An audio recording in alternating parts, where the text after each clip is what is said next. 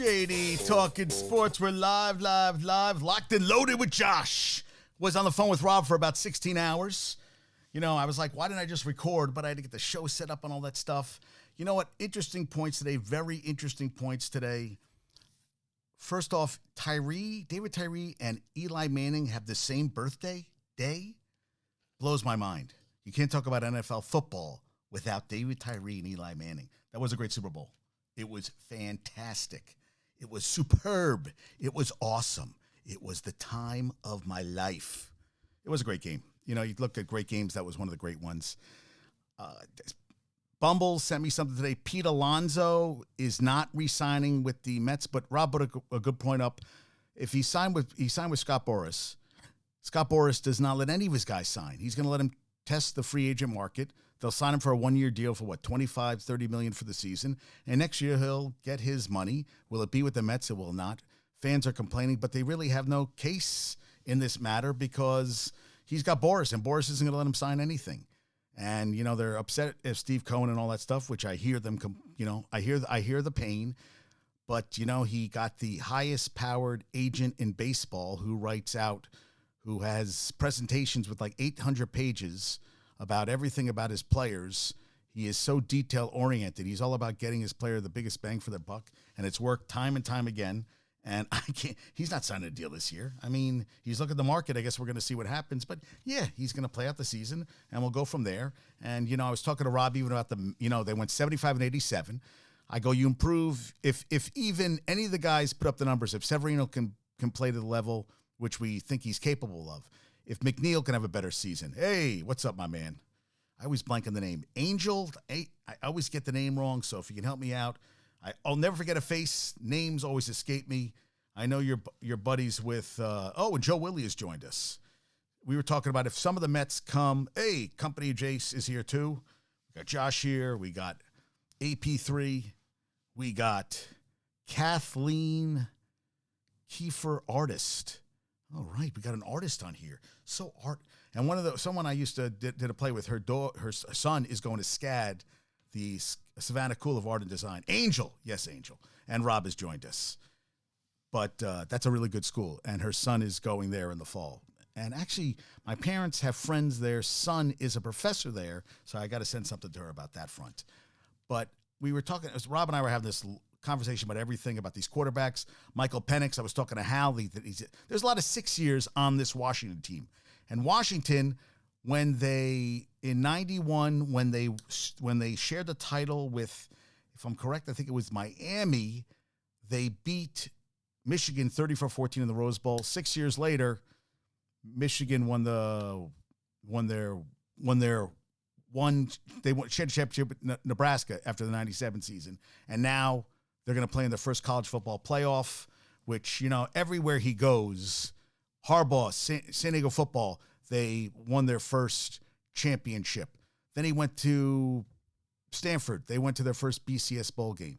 Then he went to the Niners, first Super Bowl since 94, and now he takes Michigan to their first college football playoff. J.J. McCarthy says that 80% of college football teams, including the dump Ohio State, steal signs. What do you guys think? 80%. I would think everybody. I think in baseball, the Astros got caught, and I think everybody does whatever they can to get ahead. And that kid Connor Stallions, was at the goddamn Rose Bowl game. The guy who they fired Michigan, he was at the goddamn Rose Bowl game, posting from the game. And now they're also talking, is Harbaugh worried that they're going to have to vacate wins? How are they going to have to vacate wins if he already served out a suspension this year? If he didn't coach the teams, and what, they'll take away the championship? Really? I mean, that's what I think is bullshit. And that's just a thing they're saying. It doesn't look good at the sport if, you know, you're vacating their win. So they win the championship, and then you take it away. Kind of like Reggie Bush won the Heisman, they took it away because he was getting money. Now, back then it was an NIL, but everybody was getting money. Everybody's been getting money through time, through the course of time. And, you know, so E-Rock, one of my friends, I guess he was on a private jet somewhere, and he's taking video of Jordan getting on his private jet. I said, that's fuck you money. That's not my money. That's fuck you money. I said, someone's living good, living the good life. Your life does not suck at all. And I saw this thing that the Giants would trade Dexter Lawrence and first round pick to move up and a first round pick to get Justin Fields and Dexter Lawrence, who's one of your pillars on your defense, for Justin Fields. Listen, you know what? This is the thing. So I was talking to Rob, and Rob was talking to me about, we started talking about, teams with, great quarterbacks. Now, I thought he was even a lower draft pick, but Dak Prescott, what was Dak Prescott draft year? Dak Prescott draft year. Okay, so Dak Prescott was drafted, he said third round. I thought he was drafted even later. But youngest college career, don't really care. First career, then he goes, drafted him, 2016 NFL draft. Why is it not in front of me? Why are you making me go through all these hoops? College. Fourth round, yes. I thought he was the 135th pick in 2016. Tony Romo in 2003 was not drafted. Undrafted. And he made me think, he wants to come on? All right, so he can come on. There's stuff I got to talk about, so you can't slow my roll there, Rob. Of the 13 players drafted that year instead of Tony Romo, I thought this was fascinating. So we were talking about it, and I was like, dude, 13 quarterbacks drafted instead of Tony Romo in 2003. Okay, Carson Palmer, first pick in the draft. 3-time Pro Bowler, named AFC Player of the Year 2005. If he hadn't blown out his knee, he would have, I think Cincinnati would have had a chance to win the Super Bowl that year. Byron Leftwich, he had a couple good years. Went 7th pick of the draft. He won a Super Bowl backing up Big Ben in 2008. Yeah. Then you got Kyle Bowler. No, he turned out to be, 9-year career, more interceptions than touchdown passes. A QB rating 69.5. Then Rex Grossman. Hey, they went to Super Bowl. Starting quarterback in Super Bowl, but that was as good as it got for him. Dave Ragone out of Houston. Only played in the NFL for 3 years. He's currently the Bears quarterback coach. And then it was Chris Sims. Chris Sims, I remember that Chris Sims got knocked out of bounds and his spleen he burst his spleen. He's been as an announcer than a football player. Seneca Wallace. Yeah, he had Brian St. Pierre. Yeah, I think he went to coach college. Drew Henson went from football to basket, Drew Henson was a good-looking guy.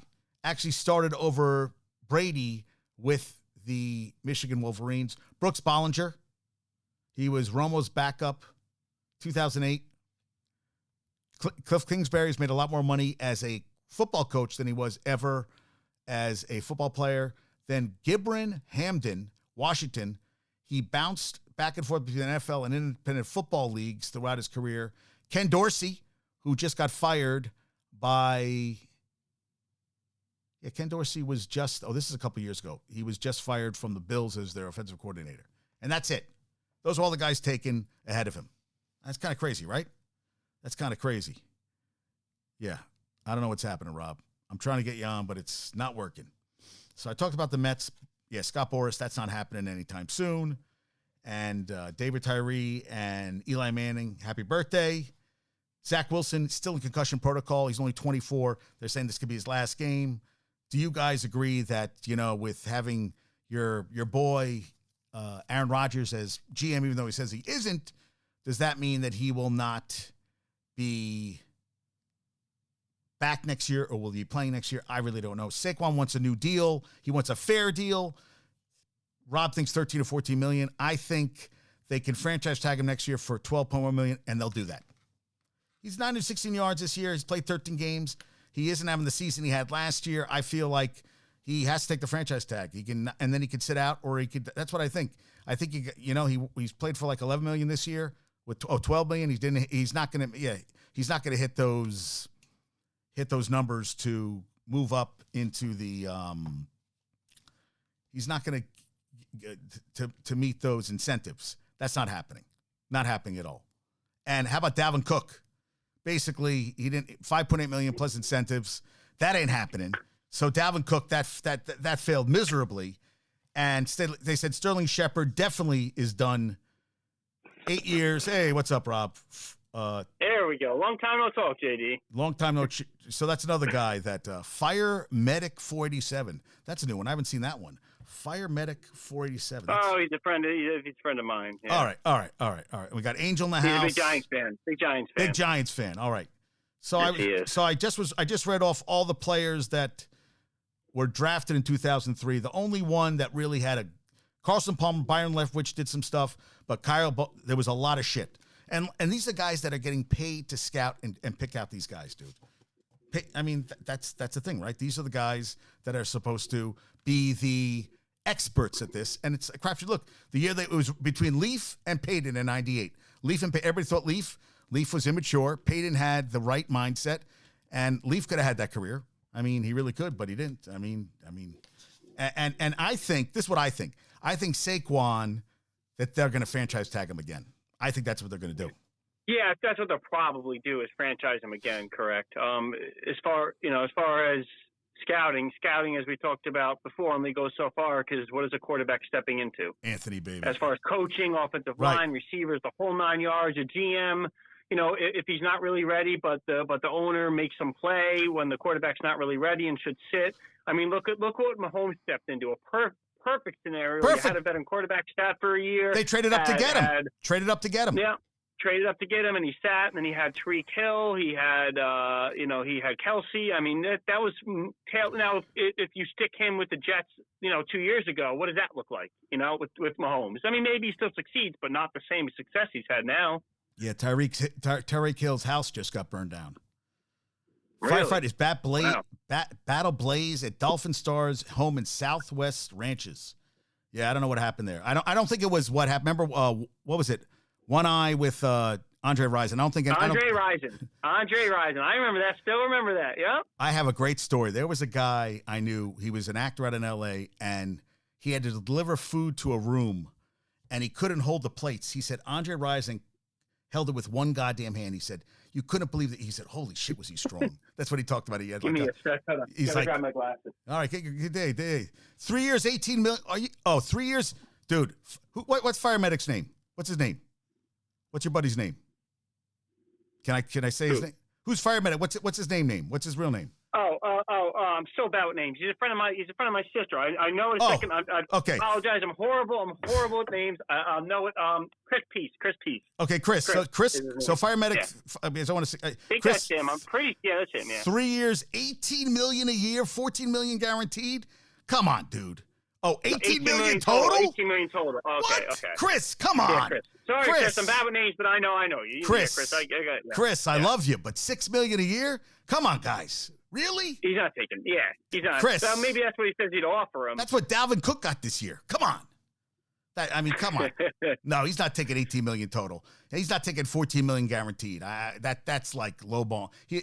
He'll be like, listen, I'll go. Yeah, he's not taking that. He gets the franchise tax, $12.1 million next year. No, I think what you said. Maybe how about 3 years? 3 years, 42. Give him 28, 29. He's 27. He's going to give you another 3 years. Why not throw him a bone? He'll give you at least two, probably. He'll probably give you two. And like you and I were talking earlier, I make his third year option kicks in if he gets a certain amount of games played, or maybe a certain amount of carries or something like that. Right. Okay. Yeah. I mean, but Chris is that's my fun. That's what would be my offer. If not, he can test the market. And yeah, I mean, he's at that point going to. But I get what he means as far as like you can't give these guys, you can't pay running backs, No. But my thing with bringing him back is that if you're gonna, as you and I were talking, if you're going to get a rookie quarterback in there, someone like Saquon helps him a lot. Defenses have to focus on him. If not, he's going to beat you. If they run the ball, they haven't used him well this year, so maybe the idea is they didn't want to get him hurt. That way they want to be locked into an injury settlement. If they're planning on letting him walk, that may be the reason they haven't given him a ton of carries, so that's different. But if they're going to bring him back to have help a rookie quarterback out, they have to use him properly. All right, so I'm looking up quarterbacks. Pro Football Focus, they got their draft for the top quarterbacks. Okay, this is what they have. Okay, so Caleb Williams 1. Drake May 2, Jaden Daniels from LSU 3. They think he's that's the guy. So they say 20. Then they got Bo Nix, who just played his 61st goddamn college football game. 61st, dude. That's a lot of football. That's a career. That's a career. That's a career in college. That's but I mean like career like your job. That's crazy. Okay, Penix Jr. at 30. They think Shadur Sanders, I don't, and J.J. McCarthy. I wouldn't take J.J. McCarthy if you gave him to me for free. Quinn Ewers. Did you hear this? Brady said he thinks that McCarthy was the best Michigan quarterback ever. Tom Brady said that. He agreed with someone who said that. Really? Yep. Yeah. No, I can't. I'm on my phone, so I usually Google stuff on my phone. You can Google it. I should pull up my laptop, but yeah, it's what he said. I'm gonna look up Tom Brady. Okay, I'm gonna look. Dude, I totally believe you. How I missed that, I don't know. The best quarterback ever, really? Yeah, really? Right? Isn't that what he says? Tom Brady, a perfect forward to reply to J.J. McCarthy being named best Michigan quarterback. Okay, here we go. Here's his 4-word response.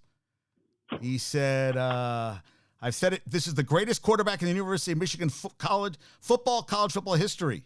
Oh, that's what Harbaugh said that. Harbaugh said that. And Brady agreed with him. He is that guy. JJ, we talk about, okay, yeah, I guess, geez Louise, dude. Wow. Yeah, that kind of blows my mind. Wow, that really. I mean, who's played there? Brian Greasy obviously played there. Who else? I mean, Kat, you're not getting fed right now. It's way too early. Oh, it's too early for him to play games? He wants to play some games? No, my cat wants to eat. Oh, your cat wants to eat. Yeah, got a long way to go. This is my cat right here, and he just will not stop until he eats. He will not leave me alone until he gets that food. Brady went go blue, no doubt. Okay, that's what he says. I don't agree. Yeah, and and Chris says he's going to the Patriots. Dude, I would not take him that high in the draft. I would not take him that high. Yeah, I would not take him that high.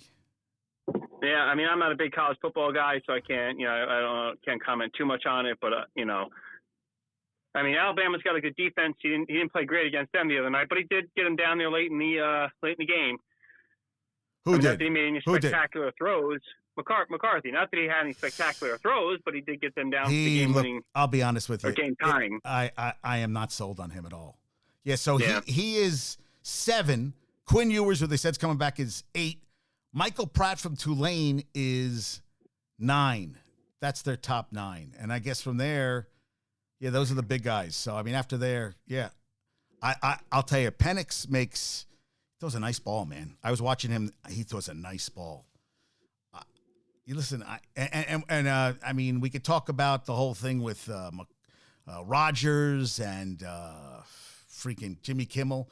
Like you said, you gave the best. If I were an owner, I would, I would not be happy bringing that type of attention to my team. But your take was awesome. Your take was, what do you say? What do you say about Kimmel? Kimmel makes fun of everybody. So what's the big deal here? Yeah, he makes fun. I mean, it's his job to make fun of people on TV. I mean, this has been going on in late night since as far as making fun of people, as long as I've been alive. Right. It's his job. Like, you can't be that soft-skinned if you're Aaron Rodgers, to where you have to come back by insinuating something like that. You want to kind of poke fun of him back with a joke, but to insinuate someone's a pedophile, like, man, that's to me, that's over the line. And also, that's like, if I'm an owner, I just don't want anyone on my team getting into it over stuff like that in public. Especially if you're the face of the franchise, as much as Rodgers is. Like, that's not why I brought you here. That's not why I pay you. But Rob, unless you're David Tepper, then you actually, oh my God, my cat.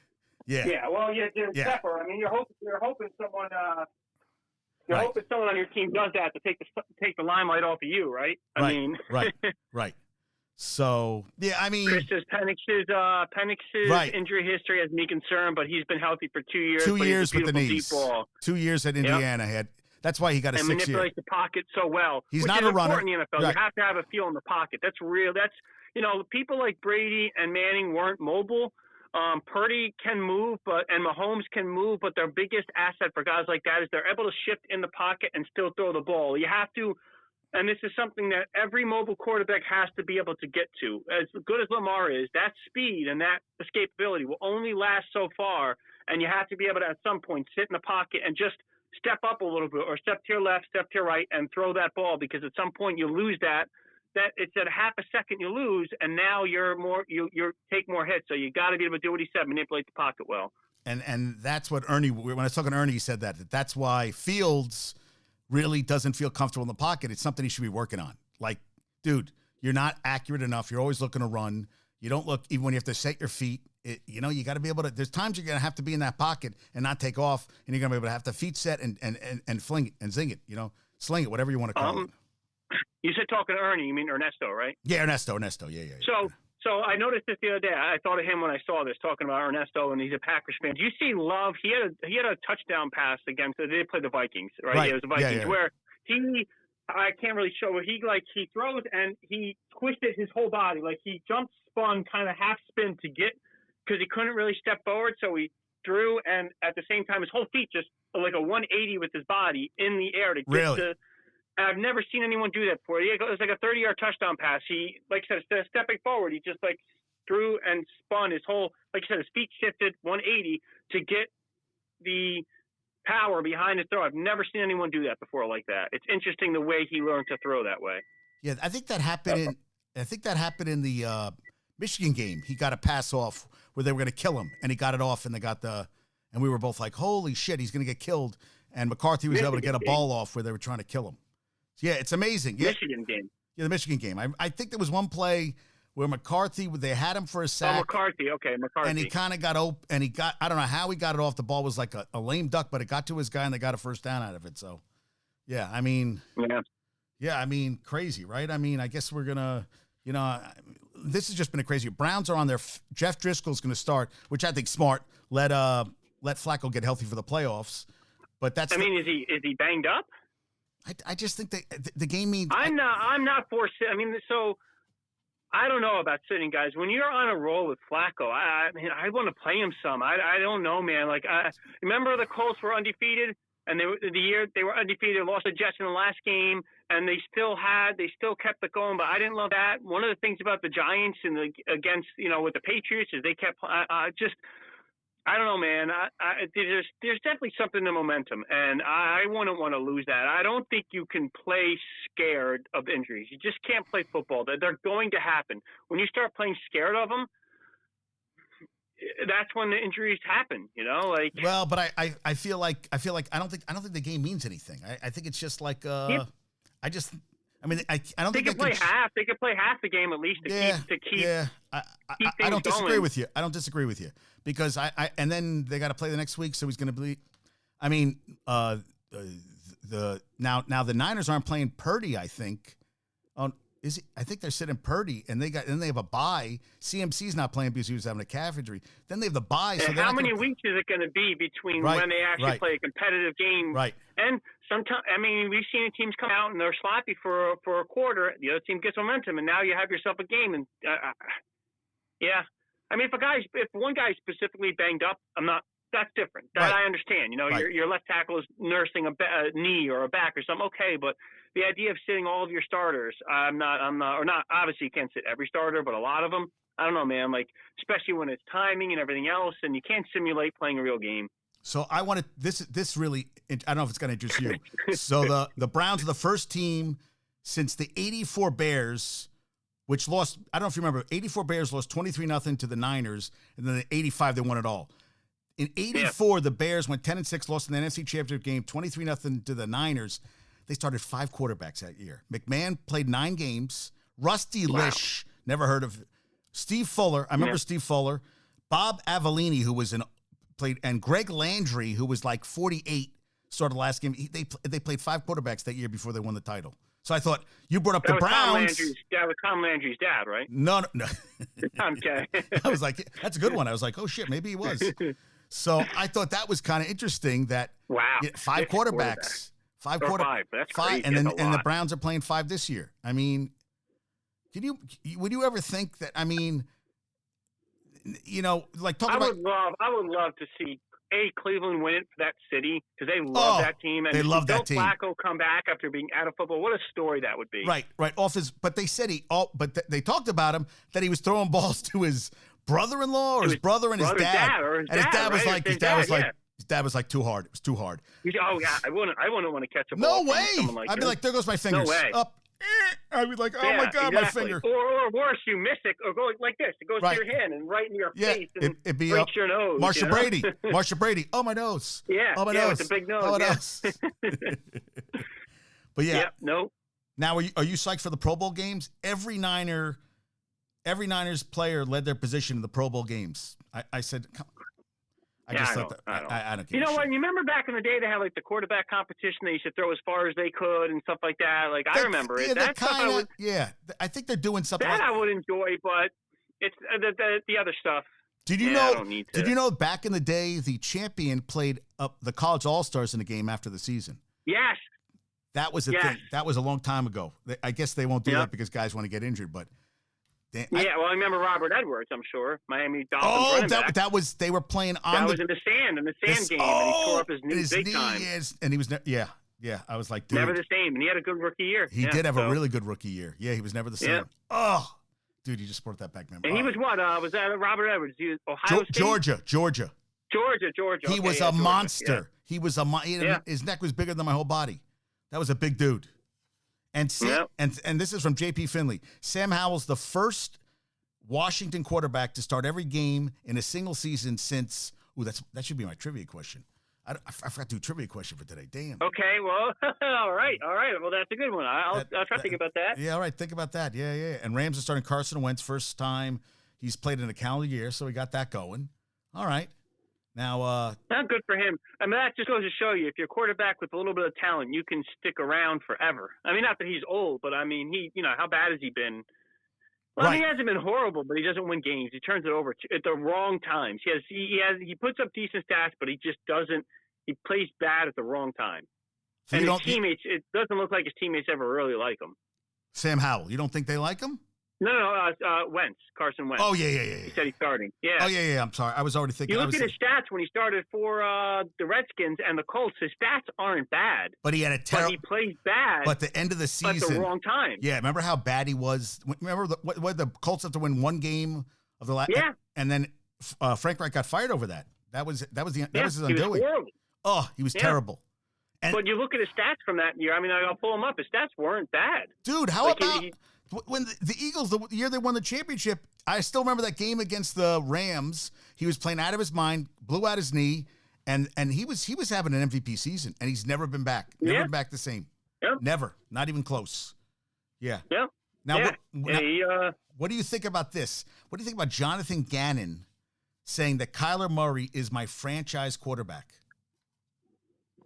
What do you think about that? I mean, he's going to say stuff like that. I mean, it's not. They're paying him a lot of money.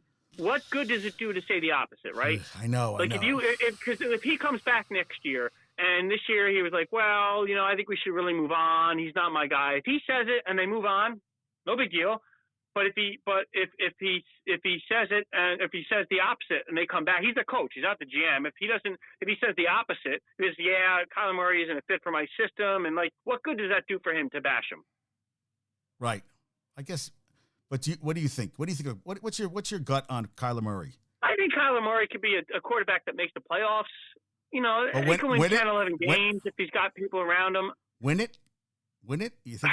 I don't know, man. That's what I feel. I don't think so, because I think at some point you're going to have to have a game. You're going to have a situation where you have to win the game from the pocket. And he hasn't shown me that. And he hasn't shown. Now maybe that changes. And you talked the other day. I think it was Aaron. You guys were talking about. Yeah, you and Aaron were talking. He doesn't put the time in. He doesn't. You have to study, man. You got to. And guys like him have always been able to look when things aren't going well. Rely on their legs. Right. And A, that doesn't last long term. And B, if you get a 2-minute drive, you may get one or two runs. You may get one long run, but at some point you're going to have to win the game from your pocket in a big game, and it's not. And you have to. And if you're not studying film, when you get later in the playoffs, you're facing good defenses. You're not facing 32nd, 27th ranked throughout the playoffs. Right. You're going to face a good team that's going to be able to scheme for you. And if you're not able to read the defense well, you can't win a game throwing 80. 5 yards passing and 150-yard rushing. Look at Lamar Jackson. He's gotten better throwing. I mean, he's a pretty good thrower, but what's the situation? He has to be able to throw. I know you're not the biggest TV young guy, but he did get better at throwing from the pocket. Oh, staying in yeah. the pocket Oh, more. yeah. Won when he won by throwing from the pocket. And he still dealt with and concussions ended his career. Yeah, I mean, yeah, you're right. Yeah, I mean, and that's what I'm concerned about. When push comes to shove, it's only going to get tighter. You know, like basketball. When you get to the playoffs, everything just gets tighter. It's not the same. It's not. They're just gunning for you, and we're going to have to see if Lamar can get it done. I mean, Harbaugh's a hell of a coach, man. Every year that he has that team playing, competing every goddamn year. You know, I mean, is this the year? I guess we're going to see. I mean, that's. So Carson Wentz, real quick. So Carson Wentz only threw more than 15 and 14 interceptions separately. His rookie year, 14, and then in 2020, 15. Other than that, 7 and 9. 7 a bunch of times, 9.